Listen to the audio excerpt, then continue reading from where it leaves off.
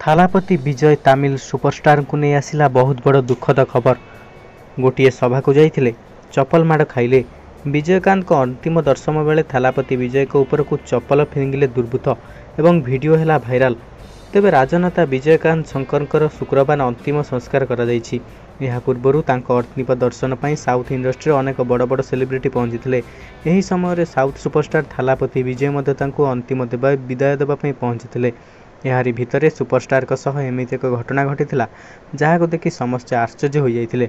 Social media Thalapathy विजय जड़ित एक video आसी जो जन व्यक्ति चप्पल फिंगी सामना को आसुंच, जो गोटे व्यक्ति थालापति विजय के ऊपर को चप्पल फिंगुंट। तेबे थालापति विजयकांत पार्थिव शरीर अंतिम दर्शन बेले यह घटनाटी घटी। पुलिस कड़ा सुरक्षा भितर स्टार सहित एभली घटना किपरि घटिला ताहाकु नहीं प्रश्न उठी। सेपटे यह भिडियो सामना को आसिबा परे अभिनेता को नहीं फैन मैंने खूब चिंतित अछंती। एभली अपमानजनक घटनार से कड़ा निंदा करुछंती।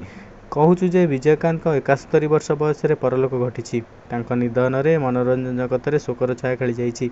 विजयकांत गतकाली चेन्नई स्थित एक डाक्तखाना देहांत होइछि। 154 चलचित्र अभिनय करिथिबा चलचित्र शिल्प और जनसाधारण निकट में सुपरिचित थिबा विजयकांत पर राजनीति में प्रवेश करथिले, किंतु तांको मृत्यु पर थालापति विजय तांको देखिबा पई अंतिम दर्शन पई जाइथिले, जहाकु नै तांको ऊपर को चप्पल फिंगा जाइछि।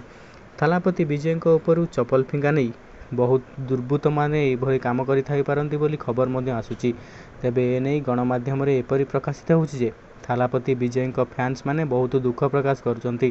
तांकर निजर सुपरस्टार को एपरि चप्पल फिंगिबा घटनाटा प्रशंसक मानकर हजम हेउनाही। तेबे पुलिस एते कड़ा सुरक्षा बल थाई मध्य थालापति विजय ऊपर को किए चप्पल फिंगिला ताहाकु नहीं बहुत कल्पना जल्पना सोशल मीडिया रे लागी रहुछि।